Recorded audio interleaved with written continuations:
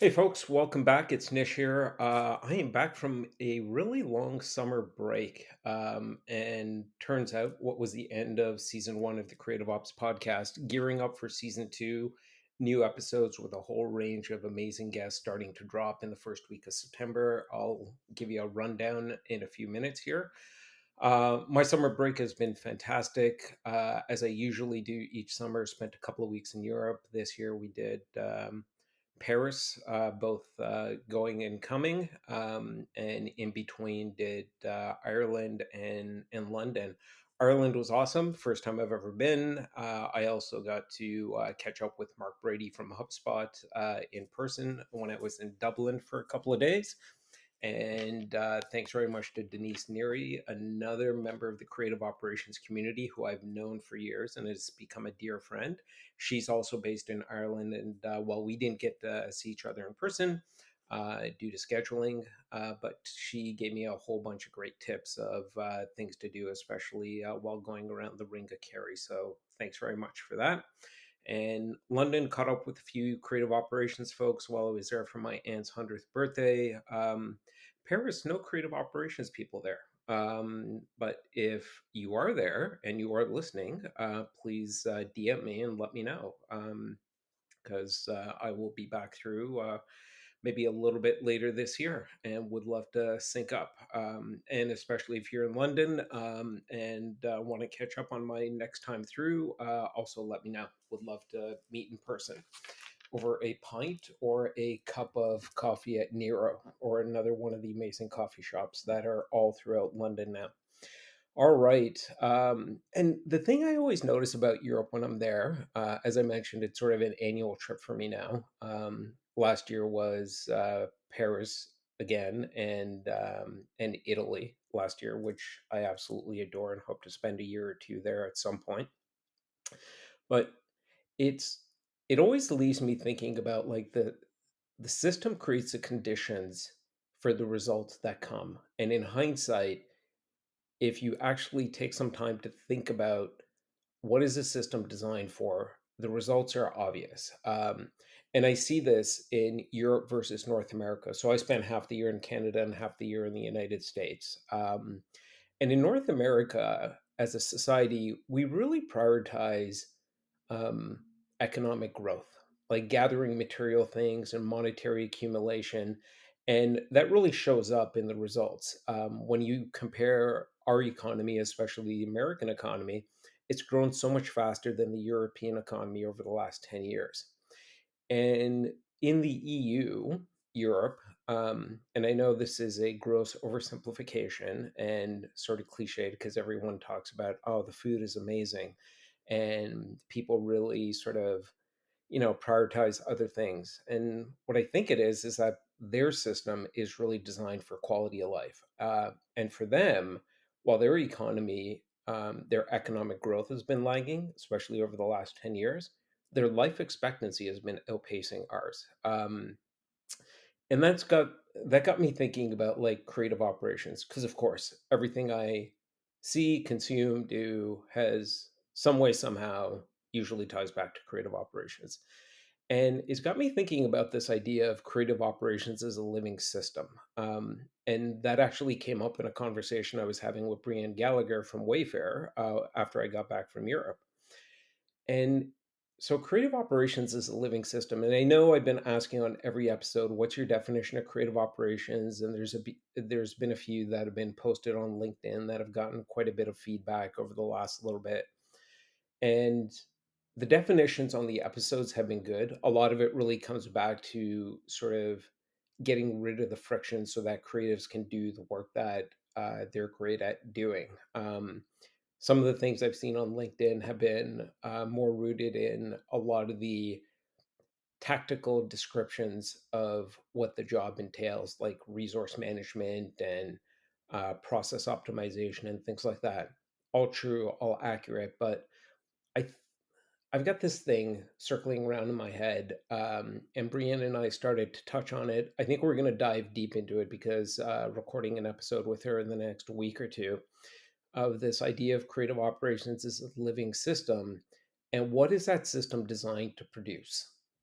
I don't think it's designed to produce the same thing in every organization. Some organizations care about scale, some care about story, some are really prioritizing impact. I think everyone cares about impact, but I think we need to be talking more about like creative operations as a living system and what your creative operations living system is designed to produce. So, anyways, that's what I walked away with from Europe, as well as memories of amazing food, and amazing people watching. And while I am not a religious person, so I don't really believe in the idea of God, I'm spiritual, which I know is a bit of a lazy answer. If there is a God, that God spent a lot of time carving the countryside. Of Ireland. The landscapes, the cliffs, it's all incredibly beautiful. If you get a chance, go. And then stop in Paris on the way back for some cheese and bread because, hey, it's Paris and it's cheese and bread. Anyways, a few housekeeping things. And then I want to talk about three things: dinosaurs, conversations, and orchestration. Because, of course, dinosaurs. Anyways, housekeeping things. One, I've really had a lot of fun doing this podcast over the last year. As I said, I ended up being season one, and we're about to kick off season two in a few weeks. So for the rest of this month, you're just going to be hearing from me riffing and ranting on a few things, like I'll be doing today about the aforementioned dinosaurs, conversations, and orchestration. And I want to start to add a few things onto this because you, as a member of the audience, have been amazing. I've loved all the in real life conversations and Zoom conversations I've had with so many of you. And it's been awesome just to have those conversations, to hear from you, like the impact the podcast has had in terms of helping you. Some people have said it's given you like whole new like language and vocabulary. Some have said it's given you a different way of thinking about creative operations. Some have said it sparked other ideas that you've been able to, push forward in your own organizations. So thank you so much for those that have given me feedback and participated in conversations with me on Zoom and in real life. And if you and if you're listening to this, haven't had the opportunity to do that yet, please let me know. DM me on LinkedIn, or as part of expanding what the podcast is doing for the creative operations community, we are starting the Creative Ops FM community. So what I want to be able to do is like during the course of a week, like any one of you, like all of us, like every human being on the planet, I just have various ideas. They come to me while I'm on a walk with the dog, in the shower, wherever it might be. And I want to be able to share some of that with you and not wait for, oh, let me put together one of my episodes and, you know, um, we'll make it really meaty and things like that. If I'm just having one of these thoughts and it's almost like a 2 minute voicemail or a 3 minute voicemail I want to leave for you. I want to be able to do that. Inspired by conversations I'm having during the week, books I'm reading, articles, videos, whatever it is. Again, sort of tied back to creative operations. So, starting this community, it's not a Slack community. I think that's where communities go to die. It's not an online community. It's none of that. It's a text-based community. So I'm going to try this out. I'd love it if you would sign up, and you do that by sending a text to area code 917-810-3425 with a 1 in front of it. That's the country code. Again, that's 1-917-810-3425. And you'll get a couple of automated prompts just to be able to sign up for it. It's basically name, email address, and I think one or two other fairly basic questions. And then what you'll start to get, I don't know about frequency, but every now and then I'll drop you something by text. It'll probably be a 2 to 3 minute like audio clip or something like that you can listen to at your own leisure, or feel free to ignore it. And initially, it'll probably be sort of generalized to the creative operations audience. But over time, based on feedback and responses that you're giving to some of the text based messages, I'll be able to make it a bit more curated. So if you're really interested in like process or people or tech or AI or, you know, lots of other topics that we've already talked about and we'll be talking about on season two of the podcast, then it'll get a little bit more curated for you. So, something I'm trying out. You could sign up now. There's zero cost to it now, and I would assume forever, but don't hold me to that. But there's no cost to it, other than whatever you pay to send and receive texts through whoever your cell phone provider is. And again, that number is 1-917-810-3425. So check it out. Second housekeeping item, and I think the final housekeeping item is actually no, there will be a third one. Is the Henry Stewart Creative Operations Conference is coming up in Los Angeles. I think it is Tuesday, October 8th. At the Lowe's Hotel, as it is usually every year. If you plan on going and haven't registered yet, two things. One is I will be there. I don't know if that's any more motivation than you needed to sign up and show up. But if you need some added motivation and you're sort of on the fence about it, there is a discount code I've been given by the organizers. So thank you to them for that. And the discount code is Creative Ops FM 100. That gets you $100 off the registration. I will be there. And if you plan on being there and would love to, I'll probably be there 1 or 2 days in advance, and I'll be staying the night of as well. And if you'd like to sync up for a coffee, grab a bite to eat, I've been thinking about getting a few folks together for dinner or something like that. Let me know. You could either DM me on LinkedIn or again sign up for that community 1-917-810-3425. It's the last time I'm going to say that number on this episode. Otherwise, I'm going to start to sound like one of those late night infomercials. By the way, I'm well into middle age, so I don't stay up usually past 9:30. So I don't know if late night infomercials is still the same thing. If they are, let me know. All right. So I think that's it. Actually, in terms of one more housekeeping thing, um, as I said, season two is really going to officially start the first week of September. We've already got a number of episodes in the bag, some that are being recorded over the coming weeks. We've got John Pagano from Nickelodeon Studios, Brian Gallagher from Wayfair, Wesley Tarhar from Monks, formerly known as Media Monks, Kathy McKnight from the Content Advisory, whole bunch of other episodes that are being teed up. And like I mentioned, the first year of the episode was really a lot of fun for me. As we're going into the second year, there's a few things that I really want to lean into, a few themes or topics. One is scale and storytelling. That came up pretty early in year one. And it really seems to have, gotten attention with people. And I just want to lean into that more, especially as one of the other topics we'll be talking about, AI, is definitely going to have an impact on scale and I believe an impact on storytelling in very different ways. I think we're going to start to see some like interesting paradoxes of how AI is going to affect scale and storytelling, and sort of the incentives for each, and the challenges and opportunities for each, especially when it comes to AI. Another topic I want to lean into is the creative director and creative operations relationship. It's such a critical role that, and one we haven't really explored on the podcast.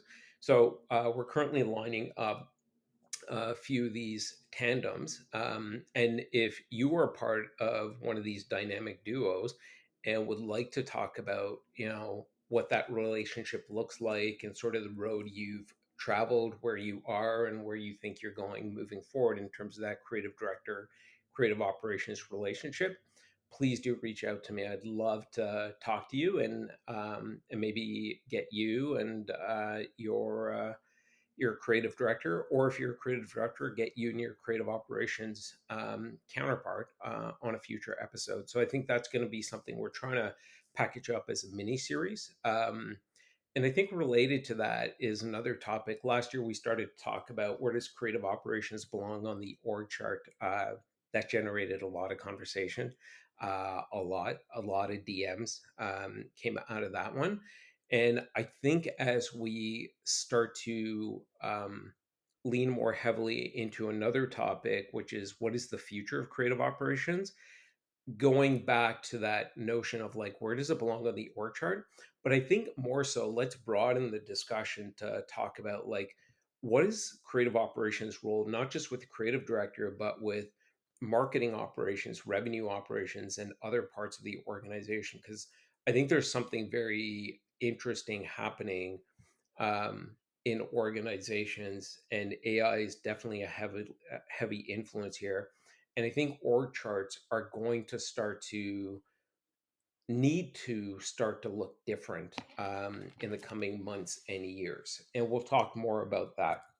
So I want to tap more into that. And, you know, on the future of creative operations, it's really, not just what the job of creative operations is, like all those tactical components like resource management, process optimization, data analytics, all those things. It's really what's the purpose of creative operations. And I think all these things are tied to each other. And that's why I've chosen them as some of the key subjects and topics and themes to lean into over the course of season two. And I think an undercurrent or like a through line through all of this is going to be, what is the role of AI? And I know right now, if you've been on your feeds throughout the summer, as I still have been while I've been taking this break, is we're sort of in this, seems like we are in or about to go into a trough of disillusionment with AI because, hey, it's not perfect. It's not like full replacement for role X or anything like that. And to those of us that have actually studied this, that's not a surprise. But AI is going to have a massive impact. In fact, I'm going to be talking about that at Henry Stewart. My session is on I think the title is The Meteoric Shift in Creative Operations, Evolve or Face Extinction. And I've sort of been, um, this session, as I've been thinking about it, it's been motivated by this image I've had in my head, not just about creative operations, but about AI in general. And the image, and it sort of goes back to a textbook I had when I was in elementary school, and where, um, I think it was a geography class or something like that. I can't remember exactly what, but there's this image I clearly remember of like, two or three dinosaurs, and then in the background was this meteorite coming towards Earth, and we all know what happened after that. Anyways, the nerd in me went and sort of did a bit of research now, because as a kid I was a horrible student. I didn't pay attention to anything, and it turns out after the meteorite hit, it actually took 2 years for the dinosaurs to die off. So it wasn't like an immediate thing like we tend to see in these like um, some of these Hollywood movies where the meteor hits and then immediately everything goes dark and dies off. It actually took 2 years, and a lot of dinosaurs died, but there were some species that actually survived and thrived and evolved over time. So the way I've been thinking about AI in this moment we're in right now, especially as we are in this trough of disillusionment, is that I do think we're sort of like those dinosaurs. And that's everybody. This isn't a creative operations thing. I think this is an everybody thing where we're those dinosaurs and we can see this meteorite called AI that is coming towards us. And maybe little pieces of the meteorite are starting to break off and they're hitting the earth, but the big one hasn't hit yet. But it's going to, and AI is going to change everything. And I've been doing these dinosaur workshops, not just related to creative operations, but with some executive teams around, like centered around what's AI going to kill, what will AI evolve, and and sort of like painting a picture of what either individual teams or organizations should sort of strive to evolve into over the next 1, 2, 3, 5 years. Again, in the face of none of us has a crystal ball and don't have definitive answers. But so my session is going to be about like what parts of the creative operations job do I think are going to become extinct, and what parts are going to have to evolve that will still continue to be very valuable. And I might end up sharing some of my ideas around an idea I've been playing with recently, the idea of like AI labor, which to me sort of feels like the electrical grid. It's with like known inputs and outputs in that it's predictable. You could almost describe it as average. And then human labor is more like the weather, where it's unpredictable. It could be steady, steady, steady, and then boom, all of a sudden, like tornado shows up, which could be this like great burst of creativity. So if you're going to be in LA, I hope you attend that session. Would love to get your feedback on it. And again, I've been sort of going back to that 6 year old me, thinking about that picture of the dinosaurs and the meteor coming. In this case, we're all dinosaurs, and that meteor is AI. And I might be doing my own little like mini workshop while I'm in LA, just as sort of a test for something I've been playing with around data and ChatGPT. Um, Not sure if I'm going to do it. If I am, I will let you know on. I'll let you know on Wednesday. Actually, I'll let you know through that text-based community that I've mentioned. And I said I'm not going to say the number again, lest I start to sound like an infomercial. All right. So that's it for all the housekeeping. And we're 20 minutes in, and I just finished housekeeping, but hopefully that gave you some valuable insight into some of the things we'll be covering in season two. I do hope you sign up for the community. And if you're going to be in LA and haven't registered yet, use that code CreativeOpsFM100 to get $100 off. And if you're going to be in LA, please let me know. Would love to, at least have a conversation with you at the conference. Or if we have time and schedule sync up, let's grab a coffee or a bite to eat. And like I said, I might be doing a data and ChatGPT related workshop. All right. Three things I wanted to talk about today. One is well, I've already talked about the dinosaurs. So actually, I guess I finished housekeeping a while ago because I already talked about dinosaurs. The second thing I wanted to talk about is something that came up in my episode with John Pagano from Nickelodeon. It's one I really enjoyed. I kept referring to John as, John from the future. I think some of the things he's doing with data and things like that are just, it should be the standard. But John and his team are an exception in the way they use data to inform the creative process. And I hope you tune into that episode. And if you get a chance, you should definitely, try and grab John and, do a Vulcan mind meld with him. It's a reference for the Star Trek nerds, which I am one. And one of the things I've been thinking about from that episode, I'm not gonna spill all the beans here, is the idea of like, I think data very often for creative teams is something that is seen as, well, we don't want to look at data. We're creative. But to me, like creative work, assuming you're not Michelangelo or Picasso or somebody like doing something that's, going to hang in a gallery, be displayed in a gallery and, probably delight lots of people and anger others. But let's say you're the artist, the person doing the creative work that is working for a brand or an agency, your work is still creative. And I think we should be embracing data more, and creative operations leaders need to be facilitating this for creative teams, because I think creative work ultimately is a conversation with the audience. Because creative work is meant to convey, to instill, to inspire emotion and action from that emotion. Because human beings are emotional beings. We're not logical beings, which is a massive false assumption. So, again, creative work is a conversation with the audience.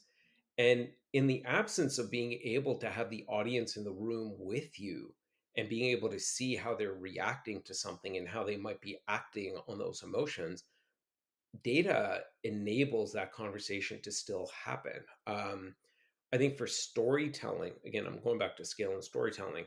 For storytelling, it like provides insight and direction for creative exploration, so that the human creative can apply judgment. So it's more about like, I want to get data so that gives me insights into how the audience is connecting with, not connecting with, reacting to, and acting on the creative work I'm putting out there. And maybe that will help spark an idea I wouldn't have thought about. to update, to adjust, to create new creative work that will allow me to continue that conversation with the audience in a more productive way. And productive, not just for us as a business or an agency, but for the audience. Because ultimately, this is a two-way street. And like I said, it's a conversation, and data enables that conversation. Or if it's for scale and what I'll call tactical creative, more on that coming in season two. Like, should we go with blue versus green? Data provides like concrete answers of how to update the creative so that it lands better with the audience, whether it's a large cohort, a small cohort, or an individual audience of one. Um, so it's beneficial both for scale and storytelling. And I think if we thought about creative work as a conversation, then I think data becomes not something to push away and give the Heisman to, but something to invite in and make it a partner in the creative process. So you're going to hear more about this on the episode with John Pagano that'll be dropping. I keep saying John Pagano instead of just John, but he's got one of those names where you just want to say John Pagano, like the whole his first name and last name. Anyways, um, um, I hope you tune into that episode. There's like John gives some interesting examples, like his SpongeBob. I think there was one related to SpongeBob's teeth example of how the data led them in a slightly different direction and the impact it had on the audience in their view rates and things like that, which ultimately has a business impact. So takeaway from this little tidbit is data enables creative is a conversation with the audience, and data enables that conversation. uh, Second thing I want to talk about came out of an episode already recorded with Kathy McKnight from Content Advisory. We're talking about scale, storytelling, and orchestration. Like I said, scale and storytelling is going to come up a lot in season two. I'm really going to lean heavily into this. And she and her firm have really been, for a while now, been talking about and doing work around this idea of content orchestration. And in the episode, you'll hear, and I'm sort of wondering, like, is content orchestration sort of, creative operations 2.0? I don't know, or is that a way of describing the job of creative operations? Maybe. Um, and, you know, and as we're talking about scale and storytelling and content orchestration, it also intersected with some conversations I've been having in real life with a lot of you from the community. And about AI. Um, and this is like an unformed idea, but I've sort of got this idea in my head of like these AI tools, as they get better and better, they're going to allow us to scale creative work. So almost like it will allow us to scale creative output, almost giving us Lego blocks of creative, like images, video, copy, so on and so forth. And then I think there's going to be a set of creatives. I'll call them storytellers. So instead of, I think the tactical creatives will focus on scale work. I think the storytelling creatives will focus on, well, storytelling work. Um, and I think what they're going to do, I wonder if over time, they're going to be less like in the tools, creating, making the creative. And if they're going to be more like taking the Lego blocks of, creative output, like what the AI will be able to scale. So all the images, videos, copy, and things like that, and also informed by data for insights in terms of what's working, what's not working, and just other insights that might spark ideas. And they'll become like these storytellers or like curators or maybe creative sommeliers, and putting together like these stories.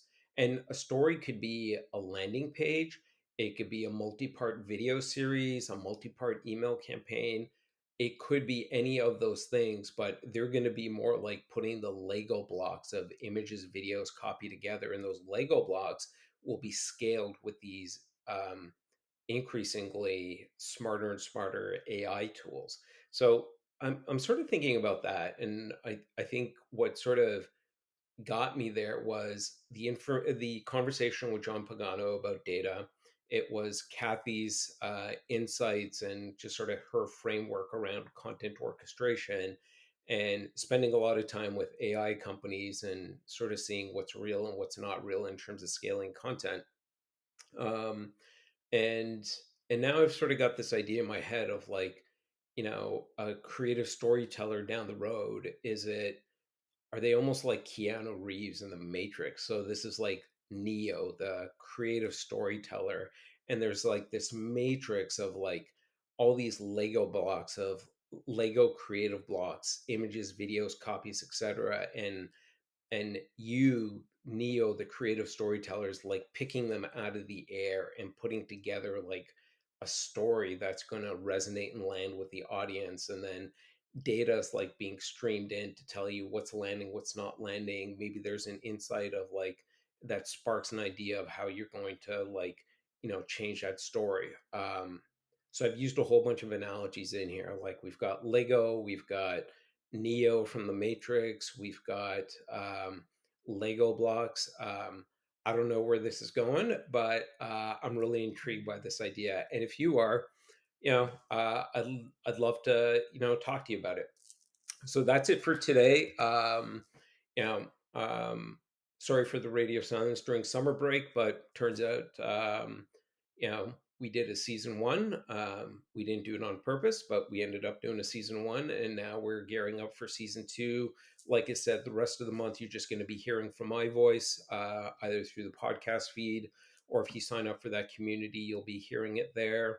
And if you ever want to talk, and I also love it if we don't have to talk about anything I'm talking about.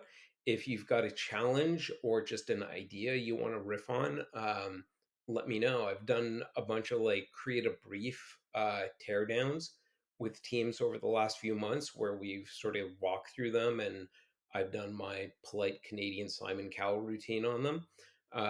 And or anything else that you'd like to riff about that's related to creative operations or any of these intersecting ideas like content orchestration, AI, scale versus storytelling, or any of the other things that are on your mind. Anyways, thanks for tuning in, and you will start to get regular weekly episodes again. Thanks very much.